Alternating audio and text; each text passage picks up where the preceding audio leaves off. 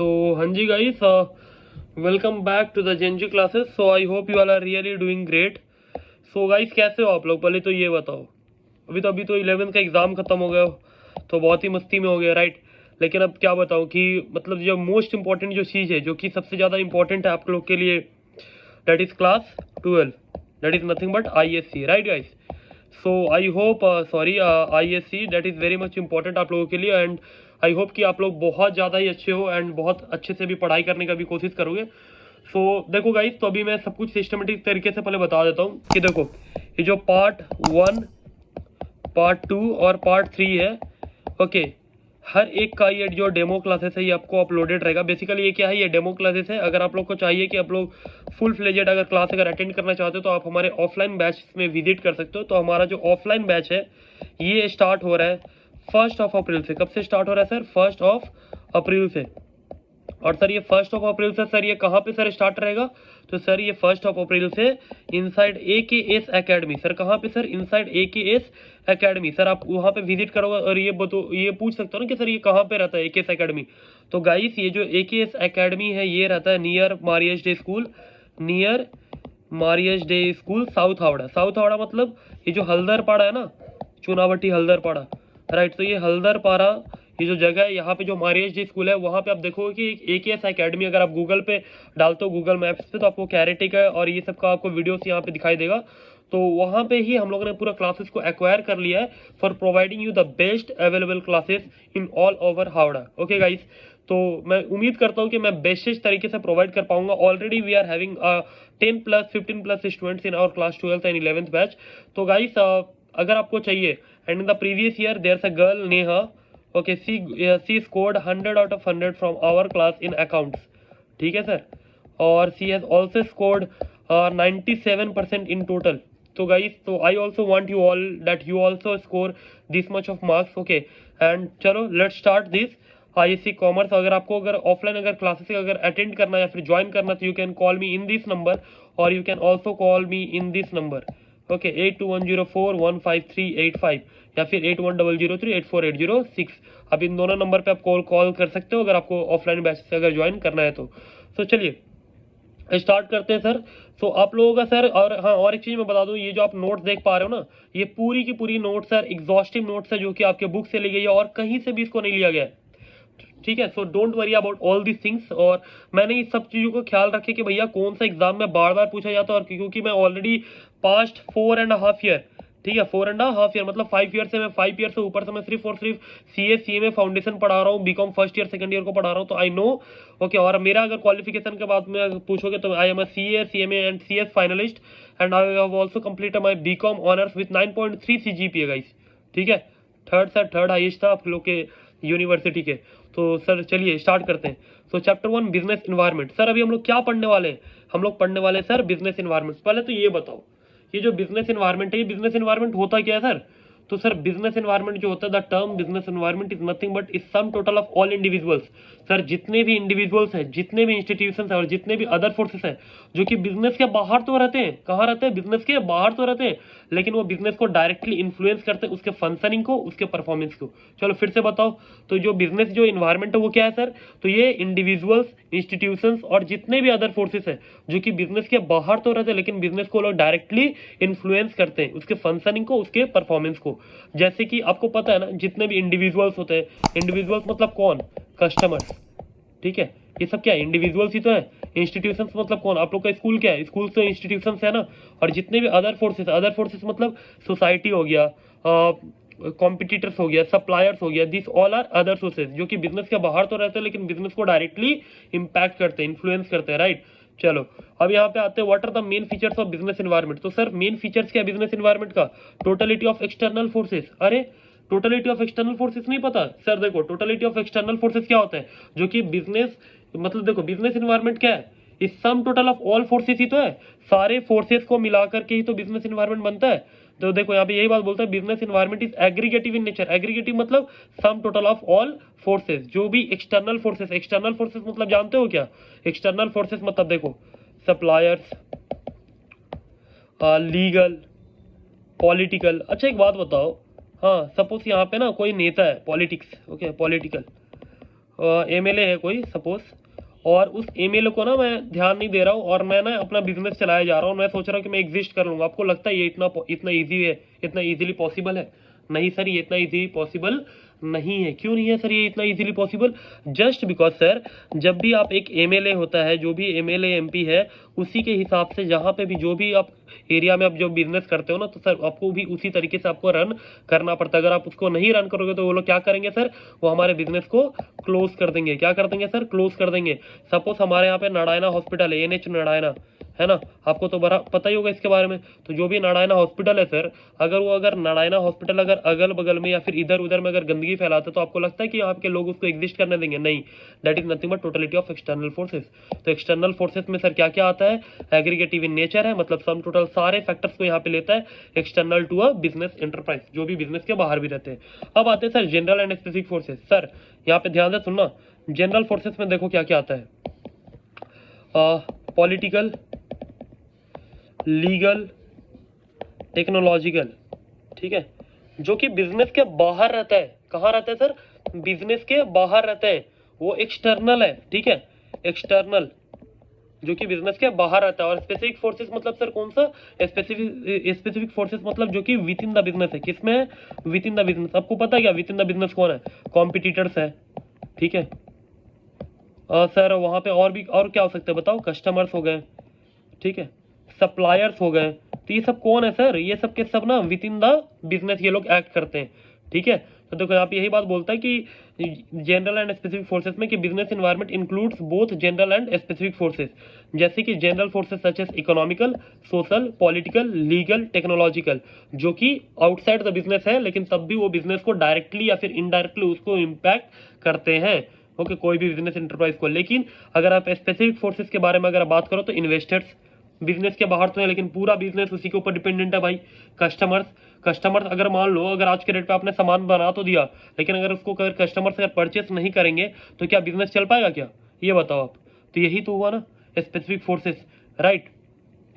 तो ये रहा, देखो यहाँ पे स्पेसिफिक फोर्सेस में जैसे पॉलिटिकल हो गया, सॉरी स्पेसिफिक फोर्सेस में देखो क्या क्या हो गया यहाँ पे, इन्वेस्टर्स हो गया, कस्टमर्स हो गया, कंपटीटर्स हो गया, सब ये सब बिजनेस के विद इन द बिजनेस रहते हैं, जो कि बिजनेस से बहुत ज्यादा ये लोग डायरेक्टली ये लोग कनेक्टेड रहते हैं, ठीक है सर।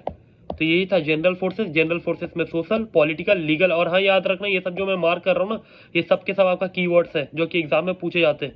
चलो यहाँ पे आओ, कम्प्लेक्सिटी। कम्प्लेक्सिटी मतलब जानते हो क्या? अरे आप लोग बोलते तो हो ये चीज कम्प्लेक्स है, ये सम कम्प्लेक्स है, ये सम कम्प्लेक्स है सर, तो यही तो होता है कम्प्लेक्सिटी। कम्प्लेक्सिटी मतलब क्या होता है? प्रॉब्लमेटिक, ठीक है। तो यही बात बोलते हैं यहाँ पे, देखो बोलता है क्या? Business environment is complex. Simple सी बात है भैया, कोई भी बिजनेस को समझना इतना इजी तो नहीं है, इसलिए बोलता है कि जो बिजनेस एनवायरनमेंट वो क्या है? वो कम्प्लेक्स है। बिकॉज इसमें क्या क्या है? सब कुछ, जितने भी एलिमेंट्स है, जितने भी चीजें हैं, सब एक दूसरे से इंटर रिलेटेड है, ठीक है। और वो हमेशा क्या होते रहते हैं? चेंज होते रहते हैं। तो बिजनेस एनवायरनमेंट क्या है सर? वो एक कम्प्लेक्स है, प्रॉब्लमेटिक है, बिकॉज इसमें बहुत सारे के सारे जो चीज है वो सब कुछ एक दूसरे से इंटर रिलेटेड है और वो हमेशा एक दूसरे से चेंज होते रहते हैं। जैसे कि देखो यहाँ पे बोलता है फॉर एग्जाम्पल, ये बहुत ज्यादा डिफिकल्ट है इस चीज को अंडरस्टैंड करना कि भैया एक बात बताओ, यहाँ पे जो एग्जाम्पल लिया ना, मैं सभी का आपको एग्जाम्पल समझाता हूँ। Economical, social, political, technological and other forces that changes in the demand of A product. सुनो, आज का इंडिया का पॉलिटिकल सिस्टम कैसा है? बीजेपी जीतेगा या फिर टीएमसी जीतेगा या फिर कोई सा भी पार्टी जीतेगा? तो आप ये एक बात बताओ, उससे कैसे डिसाइड होगा कि ये जो शर्ट है, ये जो पोलो का जो शर्ट है, ये कितना ज्यादा बिकेगा? सर डिसाइड होता है, पता है आपको क्या? क्योंकि हर एक चीजें है ना जो इंटर रिलेटेड है, इकोनॉमिकल, सोशल, पॉलिटिकल। मैं आपको बताऊं कैसे, सुनो। सपोज पाकिस्तान का आपको इकोनॉमी पता है क्या? पाकिस्तान का वहाँ का जो सरकार है, वो सरकार जैसे कोलैप्स हुआ, तो सर मतलब जैसे ही वहाँ का जो गवर्नमेंट है वो कोलैप्स हुआ, उसके हिसाब से वहाँ के जितने भी कंपनीज थे सबका इकोनॉमी डाउनफॉल हुआ। तो इकोनॉमी डाउनफॉल होने से क्या हुआ सर, कि उसके वजह से सर वहाँ के जितने भी सामान का जितने भी प्रोडक्ट्स है ना, जो भी प्रोडक्ट्स के जो भी दाम थे वो सब के सब गिर गए। समझ में आ रहा है ना? और इसके वजह से जो इकोनॉमी है ना वहाँ का जो इकोनॉमी है वो पूरी तरीके से कोलैप्स हो गया sir. So that is the main thing, ठीक है। तो देखो यही चीज यहाँ पे बोलता है कि ये बहुत ज्यादा डिफिकल्ट समझना कि जो इम्पैक्ट है, जो कि जस्ट अ सेकंड गाइस, हाँ, जो कि इम्पैक्ट है, okay, economic, social, political and technological and other forces का, जो कि डिमांड पे और जो भी प्रोडक्ट है ना, जो भी सर्विसेज है, उस पर कितना ज़्यादा इम्पैक्ट करता है, दैट इज ऑल्सो इम्पॉर्टेंट। तो याद रखना, भले ही एक्सटर्नल टू द बिजनेस हो, इकोनॉमिकल, सोशल, पॉलिटिकल और टेक्नोलॉजिकल फैक्टर्स, लेकिन तब भी ये बिजनेस को डायरेक्टली इम्पैक्ट सर करते हैं। ठीक है, अब आते हैं मेन चीज पे, दैट इज डायनामिक। आपको पता है ना बिजनेस क्या स्टैटिक है? नहीं सर, बिजनेस क्या है, चेंज होते रहते हैं। एक बात बताओ, एक नया कॉम्पिटिटर आ गया मार्केट में, उसने क्या किया आपको पता है ना, एक आपको अगर कुछ याद होगा नोकिया का एग्जांपल, तो सर पहले क्या हुआ था सर, पहले नोकिया ही सबका राजा था, लेकिन सर अभी क्या हो गया पता है आपको, उसका 90% शेयर था मार्केट का, सिर्फ नोकिया और सैमसंग ही थे। लेकिन उसके बाद सर क्या आया, उसके बाद सर आया एप्पल, और ये एप्पल ने क्या किया, पूरा मार्केट का 100% स्टेक जो सब कुछ उठा के लेके चला गया। तो that is also very much important. तो यहाँ पे क्या बोलता है, डायनामिक। तो बिजनेस एनवायरमेंट क्या है सर, स्टैटिक नहीं है, वो हमेशा डे बाय डे वो चेंज होते रहते हैं। नए नए कॉम्पिटिटर्स आते रहते हैं मार्केट में, नया नया टेक्नोलॉजी आते रहता है, नया नया लोगों का जो शिफ्ट है प्रेफरेंस का। एक बात बताओ, पहले हम लोग तो धोती कुर्ता पहनते थे ना, लेकिन अभी क्या हो रहा है कि हम लोग का जो कंज्यूमर का जितना भी शिफ्ट हो जा रहा है, हम लोग का प्रेफरेंस हर एक दिन बदल जा रहा है। समझ में आ रहा है ना? देखो यहाँ पे जो shift in the preference of consumers are examples of environmental changes. तो सर यहाँ पे हम लोग क्या कर रहे हैं, हम लोग एक दूसरे का जो भी प्रेफरेंस है ना, लोगों का जो कंज्यूमर्स का जो वांट्स है, नीड्स है, डे बाय डे देखना, ड्रेस, चप्पल, सब कुछ चेंज होता जा रहा है भाई। हर एक चीज, मोबाइल फोन टेक्नोलॉजी, आपको पता है अभी तो नया नया टेक्नोलॉजी आ गया कि लोग ना मतलब वो कुछ एआई आ गया है एप्पल का, तो उसमें लोग देखते हैं and then they click in the air, और उसी चीज से वो फिर काम करता है, राइट? तो यही चीज है, that is nothing but dynamic. Okay, तो बोलता यही चीज है कि जो स्टैटिक है वो हमेशा चेंज होते रहता है, और नए नए कॉम्पिटिटर्स आ रहे हैं मार्केट में, नया नया टेक्नोलॉजी आ रहा है, shift in the preference of consumer हम लोग का भी जो डिमांड है जो भी है वो सब कुछ चेंज होते जा रहा है, राइट? उसके बाद आते हैं अनसर्टेनिटी। आपको लगता है बिजनेस इन्वायरमेंट और जो बिजनेस है वो स्टैटिक है? बताओ सर, ये जो अनसर्टेनिटी अनसर्टेन नहीं है भैया? आपको कुछ याद अगर होगा ना, अगर आपको कुछ याद होगा, कुछ याद है कोविड में क्या हुआ था? जितने भी कंपनीज थे सबके सब बंद हो गए थे। क्यों हो गए थे सर? क्योंकि जो बिजनेस एनवायरनमेंट है उसको कोई भी प्रेडिक्ट नहीं कर सकता। कोई भी फ्यूचर को कैसे प्रेडिक्ट कर सकता है कि क्या हो जाएगा, right? That is uncertainty sir. तो यहाँ पे सर क्या बोलते हैं, देखो, business environment is largely uncertain. ये अनसर्टेन क्यों है सर? क्योंकि ये बहुत ज्यादा डिफिकल्ट होता है प्रेडिक्ट करना। आज मान लो आपको तो ये भी नहीं पता ना कि कल क्या होने वाला है, कल हो सके 11th में अच्छा मार्क्स आ जाए, कुछ भी प्रॉब्लम हो सकता है। तो बिजनेस एनवायरनमेंट का ये लार्जली अनसर्टेन है सर। ये बहुत ज्यादा डिफिकल्ट होता है प्रेडिक्ट करना कि फ्यूचर में क्या होने वाला है, राइट? और particularly changes okay in the technology and fashion. आपको तो पता है कि फैशन डे बाय डे कितना ज्यादा चेंजेस हो रहा है। तो that also occurs fast and frequently. देखो, fast and frequently day by day नया नया जो चेंजेस है वो हो रहा है, ठीक है? That is nothing but uncertain. आप कभी भी प्रेडिक्ट नहीं कर सकते कि मैं अगर आज के डेट पे अगर ये सारी का, अगर मैं तुमको एक एग्जांपल बताता हूँ, रुक जाओ। देखो, हम लोगों का ना एम्ब्रॉयडरी, ओके, एम्ब्रॉयडरी का ना मशीन था, ओके, बहुत सारा हम लोग का मशीन था। तो ना हम लोग उसमें ना क्या बनाते थे, साड़ी बनाते थे, हमारे कंपनी में साड़ी बनता था। लेकिन उसके बाद क्या हुआ ना sir, with the changing needs, okay, we हम लोगों ने देखा कि भैया विद द चेंजिंग नीड्स लोग ना लहंगा ज़्यादा पहन रहे हैं, सलवार सूट ज़्यादा पहन रहे हैं, तो हम लोग ने भी उसको चेंज कर दिया। अगर हम लोग अगर सिर्फ और सिर्फ साड़ी पे अगर बिजनेस को अगर चलाए रखते तो सर ये जो बिजनेस था वो नहीं चलने वाला था, राइट? तो फिर हमारा जो कंपनी था वो कोलैप्स हो जाता। सो जब भी हम लोग ऑडिट पे जाते हैं ना, जब आप भी सीए करोगे, जब भी आप सीए में आप ऑडिटर बन जाओगे, तो आप लोग भी जब ऑडिट पे जाओगे तो आप भी ये चीज़ नोटिस करोगे कि हर एक चीज़ को आपको एनालाइज करना जरूरी है। और with the changing need of the people, with the changing need of the taste and preference of the consumer, आप लोगों को भी चेंज होने की जरूरत होती है, ठीक है? तो यही देखो यहाँ पे फास्ट एंड फ्रीक्वेंटली। चलो, मल्टी डायमेंशनल में देखो क्या बोलता है कि जो बिजनेस एनवायरनमेंट है उसका बहुत सारा डायमेंशंस है, माइक्रो और मैक्रो। जैसे कि अगर आपको मैं बताऊं तो ये जो वेस्ट बंगाल है, ओके, अगर आप इंडिया लेवल पे देखोगे तो ये माइक्रो में आता है, राइट? और उसी तरीके से अगर आप हावड़ा को अगर आप देखोगे, सपोज आप हावड़ा को देखोगे, तो ये जो हावड़ा जो जगह है ये हो जाता है micro in compare to West Bengal, right guys?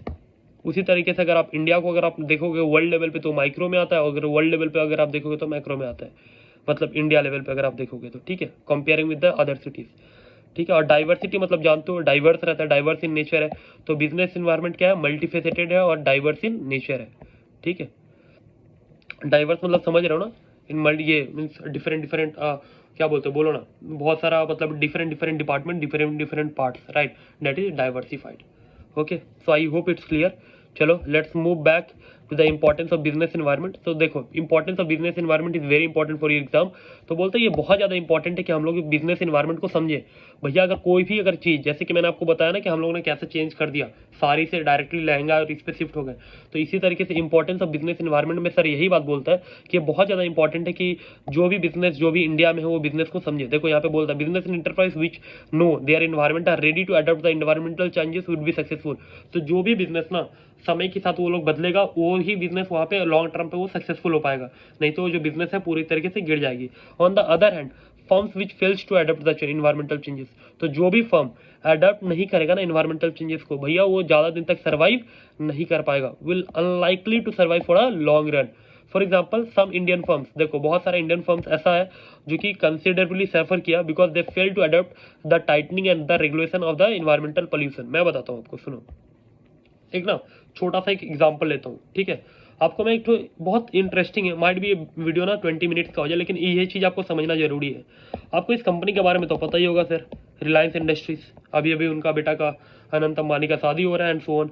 तो सर यहाँ पे आपको पता है ये जो जमशेदपुर वाला जो प्लांट है ना, जमशेदपुर, ये जो भी यहाँ पे आया ना, मैं आपकी इसके लिए समझा रहा हूँ इन्वायरमेंटल पोल्यूशन के लिए। तो ना इनको भी नोटिस आया था from the environmental pollution act and so on. तो इन्होंने क्या किया था पता है, इन्होंने ना सर पेड़ लगा दिया था। किस चीज़ का सर पेड़ लगा दिया था पता है आपको? मैंगो का। तो मैंगो का सर पेड़ लगा कर ना इन्होंने पोल्यूशन लेवल तो कम किया ही किया। इस तरीके से इंडिया में अभी पता है क्या लार्जेस्ट प्रोड्यूसर जो मैंगो का है वो कौन है पता है आपको? कोई नहीं है सर, रिलायंस इंडस्ट्री है, ठीक है। बहुत सारे वेराइटीज ऑफ मैंगो वो लोग सर प्रोड्यूस करते हैं। चलिए आपको एक चीज़ मैं बताता चलूँ, तो यही बात यहाँ पे बताता है कि जो भी बिजनेस इन्वायरमेंटल चेंजेस कर पाएगा, जो भी बिजनेस समय के साथ खुद को बदल पाएगा, वही मतलब लॉन्ग रन पे सर्वाइव कर पाएगा, नहीं तो और वो जो है वो फॉल कर जाएगा। वो मतलब वो जो बिजनेस है वो लॉन्ग रन पे वो सर्वाइव नहीं कर पाएगा अगर वो समय के साथ अगर खुद को अगर नहीं बदला तो, ठीक है। That is the most important thing. तो याद रखना जो भी इंडियन फर्म समय के साथ बदले हैं वही लोग अडेप्ट कर पाए हैं। और देखो हम लोग भी ना वी द ह्यूमन, अभी आप लोग 12th में हो तो अभी 12 जैसा पढ़ाई करोगे, फिर जब आप लोग CA में करोगे तो भैया आपको उसी लेवल का पढ़ाई करना पड़ेगा, 18 20 घंटे, है ना। ऐसे तो सिर्फ समय नहीं जाने वाला ना, आपको भी तो कुछ बनना है, CA बनना है, CMA बनना है ना। तो इस तरीके से फिर आपको भी पढ़ना पड़ेगा, राइट। तो यही चीज़ यहाँ पे बताता है कि अब देखो इन्वायरमेंटल सीनिंग क्या होता है। इन्वायरमेंटल सीनिंग एक ऐसा प्रोसेस है जिससे जो भी ऑर्गेनाइजेशन वो क्या करता है, मॉनिटर करता है। क्या करता है सर? मॉनिटर करता है उसका इन्वायरमेंट को, जिससे उसको पता चल सके कि उसका अपॉर्चुनिटीज़ क्या है और उसका थ्रेट क्या है मार्केट में, ठीक है। तो उसका अपॉर्चुनिटीज़ के बारे में और उसके थ्रेट्स के बारे में उसको पता चल जाता है। अब देखो यहाँ पे अगर आप इन्वायरमेंटल देखो आप इन्वायरमेंट को अगर आप अंडरस्टैंड करोगे ना तो आपको क्या क्या इम्पैक्ट होगा। और ये ना बहुत इंपॉर्टेंट है सर इसको आप 10 बार ना मार्क कर लो, very very very very important exam में। तो सर ये जो है ना, एक second sir, just a second, देखो एग्जाम में ये वाला क्वेश्चन, ठीक है, main features of business environment, sir बहुत बार पूछा गया और ये वाला क्वेश्चन बहुत बार पूछा गया, ठीक है। अब देखो फर्स्ट मूवर एडवांटेज, बहुत मजा आने वाला है आप लोग को। देखो यहाँ पे क्या बोलता है, फर्स्ट मूवर एडवांटेज में awareness of environment, okay, helps an enterprise to take advantage of the early opportunities. भैया अर्ली अपॉर्चुनिटीज कैसे? एग्जाम्पल लेता हूँ, रुक जाओ, सुनो ज़्यादा समझना। यहाँ पे जब Maruti Suzuki, you know Maruti, okay, Maruti उद्योग एंड सो ऑन, जब वो कंपनी जब फर्स्ट टाइम आया था ना, तो यहाँ पे जितने भी लोग थे ना वो 12 लाख 14 लाख में गाड़ी बेच रहे थे स्टार्टिंग, ठीक है। 12 लाख 14 लाख में वो लोग गाड़ी बेच रहे थे। ये कंपनी पता ही है क्या, ये कंपनी आया 3 से 4 लाख में गाड़ी को बनाना स्टार्ट कर दिया। आपको अगर कुछ याद होगा, एक कंपनी यहाँ पे जो था ना, ये क्या नाम था उसका, बोलो ना, Alto, I guess Maruti Alto जो था, तो उसके बारे में बात कर रहा हूँ। तो उसने क्या किया पता है, मारुति का मेन जो मकसद था ना वो था पता है, मिडिल क्लास लोग। कौन थे? मिडिल क्लास लोग। तो जितने भी मिडिल क्लास लोग थे ना उनको गाड़ी प्रोवाइड करना, क्योंकि सर पैसा तो सभी के पास था, लेकिन 13 लाख 14 लाख रुपए 15 लाख रुपए स्टार्टिंग था सर। आपको पता है ये ना रिच सेगमेंट माना जाता था, जिसके पास भी गाड़ी रहता था ना पहले 4 व्हीलर, कि भैया उसके पास गाड़ी है मतलब वो रिच है। आपको अगर आपको सिर्फ बोलना होता था भैया 4 चक्का, अगर आप 4 व्हीलर बोल दिया ना कि मेरा घर पे 4 व्हीलर, तो लोग ऐसे समझ ले जाते थे कि भाई बहुत ज़्यादा ये रिच है। लेकिन यही चीज़ मारुति उद्योग ने, मारुति सुजुकी ने क्या किया कि मिडिल क्लास लोगों के लिए 3 to 4 लाख में गाड़ी बनाया, और यही था फर्स्ट मूवर एडवांटेज, क्योंकि वो पहला ऐसा कंपनी था जो कि वो खुद में आकर के ये चीज़ किया, राइट। तो देखो यहाँ पे वही चीज़ बोलता है, फर्स्ट मूवर एडवांटेज। अगर आपने अगर अवेयरनेस अगर है आपका इन्वायरमेंट के प्रति, ठीक है, जस्ट ए सेकंड, हाँ, तो वो हेल्प करता है इंटरप्राइज को to take advantage of the early opportunities. इससे क्या होता है कि आप अर्ली अपॉर्चुनिटीज ले पाते हो और कॉम्पिटिटर्स के सामने आप लूज नहीं करते हो। जैसे कि Maruti become the leader of A small car market. जैसे ही देखा ना कि यहाँ पे पेट्रोल का प्राइस जैसे राइज हो रहा है तो कोई भी लोग अफोर्ड नहीं कर पा रहे थे, मिडिल क्लास लोग, ठीक है, जो भी मिडिल क्लास लोग थे उसको अफोर्ड नहीं कर पा रहे थे, तो उसने क्या किया कि स्मॉल सेगमेंट कार में छोटे छोटे गाड़ी को बनाने लगा जो कि 3 लाख 4 लाख में अवेलेबल हो। ठीक है, let's come to the early warning signal. Early warning signal पता है ये क्या होता है? अगर पता हो ना, अगर आपको पता हो या फिर अगर आप जानते हो, ओके, तो यहाँ पे बोलता है environmental awareness serve as an early warning signal. क्या बोलता है यहाँ पे? Early warning signal. It makes a firm aware. ये फर्म को क्या करता है? अवेयर करता है कि जो भी थ्रेट आने वाला है, जो भी क्राइसिस आने वाला है। जैसे कि कोविड-19 जब आया था ना, तो जितने सारे भी फर्म्स थे उसको उसने अर्ली वार्निंग सिग्नल दिया था सर, लेकिन बहुत लोगों ने उसको मतलब नजरअंदाज कर दिया कि भैया ठीक है, कोई बात नहीं, समय आएगा तो हम लोग एक्शन ले लेंगे। लेकिन इससे क्या हुआ कि सारे के सारे फर्म जो थे वो क्या हो गए? क्लोज हो गए, मतलब क्या हो गया? शट डाउन हो गए। ठीक है, लेकिन पता उसी समय में ना बहुत सारे लोग ऐसे भी थे कि उसने अपॉर्चुनिटी उठाया और अपॉर्चुनिटी उठा करके वो अभी लीडर बन गए। किस में सर? अगर आपको पता है ना तो मेडिसिन लाइन में, राइट। ठीक है, तो अर्ली वार्निंग सिग्नल यही बात बोलता है कि environmental awareness service and early warning signal. ये फर्म को अवेयर करता है जो भी थ्रेट और जो भी क्राइसिस आने वाला है और उसके लिए टाइमली एक्शन वो ले सके और उसके मिनिमाइज कर सके उसके एडवर्स इफेक्ट को। अगर जैसे कि वही बात यहाँ पे बताता है कि for example when new firms, जैसे नया फर्म जब मिड सेगमेंट कार में है, तो पता है मारुति उद्योग ने क्या किया? मारुति उद्योग ने सर उसका जो भी प्रोडक्शन था उसको ना और भी ज़्यादा इंक्रीज कर दिया। मैं बताता हूँ कैसे। देखो यहाँ पे जैसे ही नए नए सेगमेंट के जैसे Hyundai हो गए, ओके, टाटा हो गया, इन लोगों ने देखा कि अरे भैया यही सिर्फ कमाएगा क्या मिड सेगमेंट में, चलो हम लोग भी आते हैं। जैसे ही इन लोग ने आया ना, मारुति ने पता है क्या किया? उसके जो भी डिलीवरी टाइम था वो सर 24 आवर्स कर दिया। और ये लोग सर कोई आपको पता है ना, गाड़ी लेने जाओ तो 3 मंथ्स 4 मंथ्स का सर डिलीवरी टाइम होता है। तो देखो इन लोगों ने क्या किया, इन लोगों को सब कुछ हटा करके मारुति ने क्या किया? मारुति ने अपना 24 आवर्स में ही सिर्फ डिलीवरी कर दिया। क्यों? क्योंकि उसने अपना प्रोडक्शन को 3 गुना बढ़ा दिया। ठीक है, आई होप इट्स टोटली क्लियर। हाँ जी सर, चलिए सर स्टार्ट करते हैं। चलिए यहाँ पे आइए, customer, okay, early warning signal sir completed. Customer focus. सुनो, अगर आप इन्वायरमेंट को अगर आप स्टडी करते हो ना, अगर आप मैनेजमेंट को अगर सेंसिटिव तरीके से अगर लेते हो तो ये क्या है? जैसे कि आपको मैं बताता हूँ, एनवायरमेंटल जो स्टडी है ना, अंडरस्टैंडिंग है, वो मेक्स द मैनेजमेंट सेंसिटिव। ये मैनेजमेंट को क्या करता है? सेंसिटिव बनाता है। किसके रिगार्डिंग ये सेंसिटिव बनाता है सर? जी की कंज्यूमर का एक्सपेक्टेशन क्या है। एग्जाम्पल के तौर पर मैं आपको बताता हूँ कि जो हिंदुस्तान यूनिलीवर है ना, हिंदुस्तान यूनिलीवर, इसको पता चला कि अरे ये जो शैम्पू का जो बोतल है, ये जो शैम्पू का बोतल है वो तो सर 200-300 का मिलता है। तो ये जो इंसान है, ये जो लेबर है, इसका तो सर पर डे का सर सिर्फ ₹200 मिल रहा है। तो ये क्या इसको अफोर्ड कर पाएगा? नहीं, बिल्कुल ही नहीं। तो इसने क्या किया, ये जो कंपनी था इसने क्या किया पता है? स्मॉल सैच ₹1 वाला इसने क्या किया? शैम्पू बना दिया। जो छोटे छोटे जो सैच होते हैं ना, आप देखे हो ना, डाबर का एंड सो ऑन का, तेल उल का या फिर ये शैम्पू का, तो इसने वो बना दिया। इसकी वजह से सर क्या हुआ सर? इसकी वजह से सर उसका जो भी प्रोडक्शन वो तो बढ़ा ही बढ़ा, उसकी वजह से सर कंपनी का जो भी प्रोडक्शन था, कंपनी का जो ग्रोथ था, कंपनी का जो प्रॉफिटेबिलिटी था वो भी सर बढ़ गया।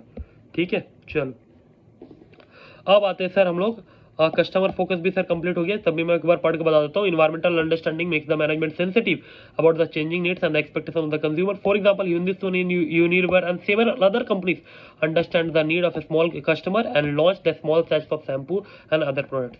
चलिए अब आते हैं स्ट्रैटेजी फॉर्मुलेशन। आपको पता है क्या स्ट्रैटेजी अगर आपका सही है ना तो भैया आप कुछ भी कर लोगे। बोलता है यहाँ पे क्या है? Environmental monitoring provide the relevant information about the business environment. भैया बिजनेस इन्वायरमेंट के बारे में रेलिवेंट इन्फॉर्मेशन मिलता है अगर आप इन्वायरमेंट को अगर आप मॉनिटर करते रहो तो। अगर आप इन्वायरमेंट को अगर आप सही तरीके से अगर मॉनिटर करो ना तो आपको सही से बेटर इन्फॉर्मेशन मिलता है कि मार्केट में चल क्या रहा है। जैसे कि ये जो आईटीसी कंपनी है ना, आपको पता होगा आईटीसी लिमिटेड, इसको ऑडिट पे भी जा चुका, इंडियन टोबैको कंपनी। क्या नाम है सर? Indian tobacco company. इसको सर रियलाइज हुआ कि यहाँ पे इंडिया में टूरिज्म का स्कोप है। किसका सर स्कोप है? सर टूरिज्म का स्कोप है। इसने सर क्या लॉन्च कर दिया? ITC hotels in association with the government, और उसके लिए क्या मिला? सब्सिडी भी सर मिला। ठीक है, चलिए let's end up with this topic. अब आते हैं कॉपिंग with change. Sir कॉपिंग with change क्या होता है सर? समय के साथ सर खुद को बदलना। जैसे कि अगर पता है क्या, जैसे जैसे आपको लगे ना कि चीज़ों को सर चेंज करना चाहिए, सर आपको भी चेंज करना चाहिए। जैसे कि मैंने आपको बताया था सर कि 90% जो मार्केट का शेयर था सर वो किसके हाथ में था सर? नोकिया। बेसिकली नोकिया 1100, अगर आपको कुछ याद होगा तो, राइट। तो ये जो नोकिया के पास था, लेकिन वो समय के साथ उसने नोकिया क्या किया कि समय के साथ खुद को बदला नहीं, तो सर ये क्या हो गया, मोबाइल पूरा बैंड ही हो गया, पूरा कंपनी बैंड हो गया, राइट, मतलब खत्म ही हो गया सर। क्यों? क्योंकि लोगों को सर समय के साथ बदलने वाले लोग ही पसंद आते हैं, या फिर समय के साथ सर अगर आप खुद को अगर चेंज करते हो, that is more relevant for your time's and for your upcoming sessions, right. तो यहाँ पे देखो यही चीज बोलता है यहाँ पे कि कॉपिंग विथ चेंज सर यही होता है कि बिजनेस जो है ना, बिजनेस इन्वायरमेंट जो वो अगर कोप अप अगर विथ रैपिड चेंजेस करते हो ना, तो आपके लिए बेटरमेंट होगा। तो यही चीज यहाँ पे बताता है, देखना यहाँ पे कॉपिंग विथ चेंज में कि बिजनेस, देखो यहाँ पे business leaders are expected to cope up with rapid change. अगर आप बिजनेस के लीडर हो ना, अगर बिजनेस के आप ओनर हो, तो आपसे एक्सपेक्ट किया जाता है कि आप समय के साथ खुद को भी बदलो, जिससे आप सही डायरेक्शन और सही डिसीजन ले सको। ठीक है, देखो यहाँ पे यही बात बोलता है, changing the changes in the environment in order to decide the direction and nature of the changes. Okay, the leader need to understand the aspiration of people. लोग क्या चाहते हैं आपसे, कस्टमर्स क्या चाहता है। अगर भैया अगर आप कस्टमर का नीड को अगर पूरा नहीं करोगे तो कंपनी किस लिए एग्जिस्ट कर रहा है। That is nothing but the aspiration of the people and environment forces. Okay, and environmental scanning. So I hope अगर आप इन्वायरमेंटल स्कैनिंग करते हो तो आप cope up with rapid change कर पाओगे, आप कस्टमर का नीड्स को भी आप सेटिस्फाई कर पाओगे। ठीक है गाइस, तो this was the part 1 of the free demo classes. Sir अगर आपको ज्वाइन करना है तो 8210415385 पे आप कांटेक्ट कर सकते हो। And one more thing guys, बहुत ज़्यादा मेहनत लगता है, so do subscribe, okay, and do like, because I know you all are supporting me a lot and thank you so much for this. Okay, और ये अगर आप कोई भी स्कूल से हो, ICM से हो, साउथ एंड से हो, सेंट मेरी से, तो you can easily join us, okay, in our, and even if you are from any school, okay, तो आप आकर के इजीली आप हम लोग का ऑफलाइन बैच जो कि 1 तारीख से स्टार्ट हो रहा है, और सर इसका भी ऑफलाइन बैच में भी सर आपका फर्स्ट 1 तारीख, 2 तारीख और 3 तारीख को सर ये डेमो क्लासेस ही रहेगा। तो you can enjoy the free demo classes in our offline batch in AKS Academy. Okay, so see you there. So and see you in the next part. So thank you so much everyone for supporting, and thank you so much for the love and support. Thank you. See you in the next video.